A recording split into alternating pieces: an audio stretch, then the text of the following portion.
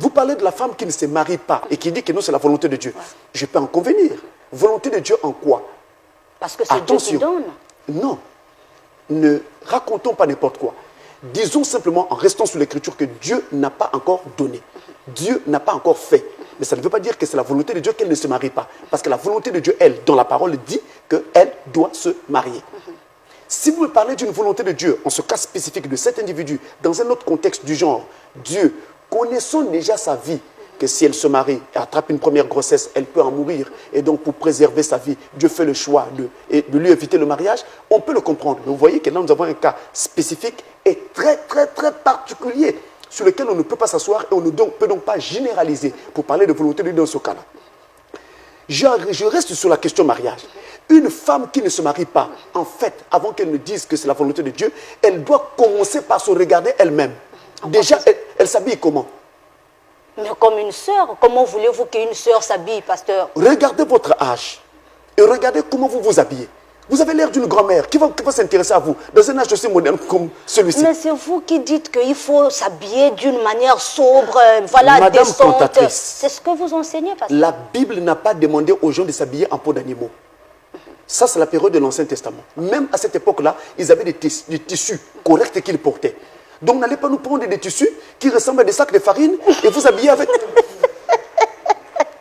Mais ça vous fait rire, mais c'est une vérité. Et vous sortez comme ça pour dire, voilà, je suis fille de Dieu.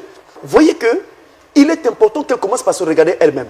Donc, quand vous vous habillez, avant de sortir, avant de vous mettre dehors, regardez-vous d'abord au miroir et essayez d'être sûr que vous ressemblez toujours à une femme. Et une femme attirante, une femme moderne, une femme qui correspond au jour d'aujourd'hui. Mais c'est la Bible qui dit que ne vous conformez pas au siècle présent, parce que les femmes ne font que vivre la parole. Madame Cantatrice, je n'ai pas besoin de me conformer au siècle présent pour être propre et pour être présentable. Là, vous êtes présentable quand je vous regarde. Mais vous ne vous conformez pas au siècle présent. Parce que regardez comment font les filles dans ce siècle présent. Elles sont presque nues dans leur façon de s'habiller. Dieu ne vous demande pas d'être nues. Justement, voilà où réside la volonté de Dieu. La volonté de Dieu ne veut pas que vous puissiez vous dépraver et que vous soyez sale aux yeux des gens, vous soyez vulgaire. C'est ça la volonté de Dieu. Et c'est mentionné noir sur blanc dans les textes sacrés. C'est la volonté de Dieu. Mais par contre, je dois être propre. Je dois être bien coiffé. Et je dois aussi être quelque part bien parfumé. Je ne me suis pas lavé, je ne sais pas ça fait combien de jours. Je pue comme un cochon, une cochonne. Je ne sais pas comment vous l'appelez. Alors, une truie. Et voilà, vous voulez aller auprès des gens. Au mariage. Une autre chose, la personne qui ne se marie pas, qui dit que c'est la volonté de Dieu, qu'est-ce qu'elle a dans sa tête? Est-ce qu'elle a un cerveau ou de la confiture? C'est-à-dire, pasteur? Mais si déjà elle-même, elle n'est pas claire dans son esprit quant à sa propre personne, ne vous attendez pas à ce que quelqu'un d'autre s'intéresse à elle. Vous voulez parler de l'estime de soi? Je veux, justement, qu'est-ce que vous entendez de vous-même déjà? Qu'est-ce que vous avez comme vision de vous-même?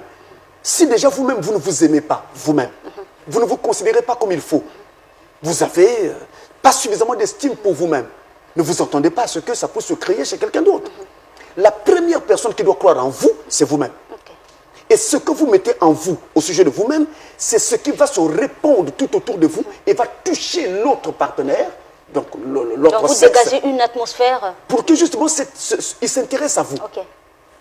Vous passez par des moments difficiles. Peut-être que vous avez des difficultés d'argent, des difficultés de toutes sortes, de santé, autres. Mais dans votre tête, tous les jours de votre vie, vous marchez avec ces difficultés à l'esprit. Mais qu'est-ce qui va se passer? Quand je serai devant vous, la première chose qui va me frapper, c'est cette tristesse-là.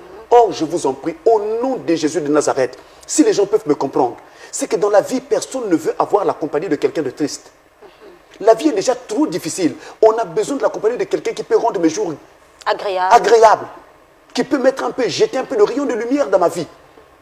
Et donc, il faut que déjà dans votre esprit, vous soyez assez joyeux. Qu'il y ait déjà un minimum de joie, de gaieté. Mais chez vous, il n'y en a pas. Donc avoir quelque chose à transmettre. Tout ce que vous voyez tous les jours dans votre vie, c'est vos problèmes, vos difficultés, ce que Dieu n'a pas encore fait. Vous dites, non, moi, je suis venu sur la terre pour accompagner les autres. Oui, tu vas accompagner les autres jusqu'au jour de ta mort. Et tu vas mourir les yeux ouverts et la bouche ouverte.